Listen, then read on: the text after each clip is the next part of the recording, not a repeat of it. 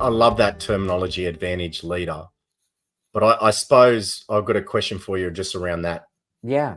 Those words is, where is the gap to be able to turn to an advantage leader versus just a leader who's just sticking their head above water and just surviving? Where's the gap there? And can anyone bridge that gap as a leader? Yeah.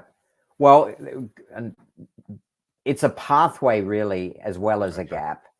So in the pathway, we describe as having 3 steps. So the first step is just to acknowledge the disruption, just to, there's, and acknowledge what you can have control over and what you can't. And I'll give you an example of that in a moment. But advantage leaders recognize the disruption, and instead of going defensive, and we'll talk a bit about that, no doubt, and running away from it, they actually embrace it. They run towards it, and they use it as a force multiplier to achieve what's really impossible in stable times.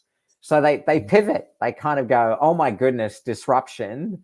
Instead of going defensive, I'm going to go adaptive, and I'm going to grab this disruption and I'm going to adapt. And that's the second stage in the pathway. And when we think about adaptation, it's really about recalibrating. First of all, your state of mind, your mindset, where you're at, really understanding, have I gone defensive or am I in the right frame of mind? But then helping your teams and your organization develop and use new tools and new adaptive capabilities. And if I needed to pick a gap in the pathway, that would be it.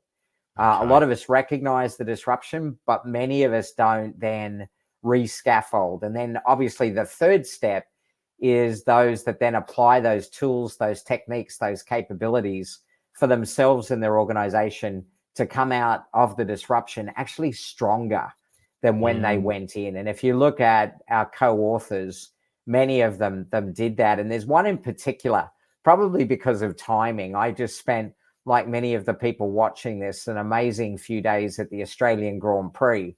And a lot of people would remember that the Grand Prix in 2020 was like ground zero for the virus. It was that morning that we woke up, the race was cancelled. You saw Vettel leaving from the airport, and it suddenly became very real for everybody. It was the first major sporting event in the world that the virus had shut down. And we interviewed Andrew Westacott. He was the then chief exec of the Australian Grand Prix Corporation, around, what he did during the years that followed, where they didn't even know whether there was going to be another race again. And he coined a phrase for his organization, which was ready to race. He said, right, we're going to dial out the externality. We can't control the virus. We can't control our governments and policies. We don't control the borders. But you know what? When we get that call that says we're ready to race again, not only will we be ready, we will be ready to have an event that is bigger, better, safer, and more enjoyable than what we had prior to the pandemic. And for those of you that sort of watched the Grand Prix last weekend, record attendance, an awesome race and lead ups around it, happy crowds, safe crowds. You can sort of see how Andrew's vision came to reality, because he and his team decided to embrace the disruption, adapt and adopt new tools, turn it to their advantage, and be ready to race when it was time to race.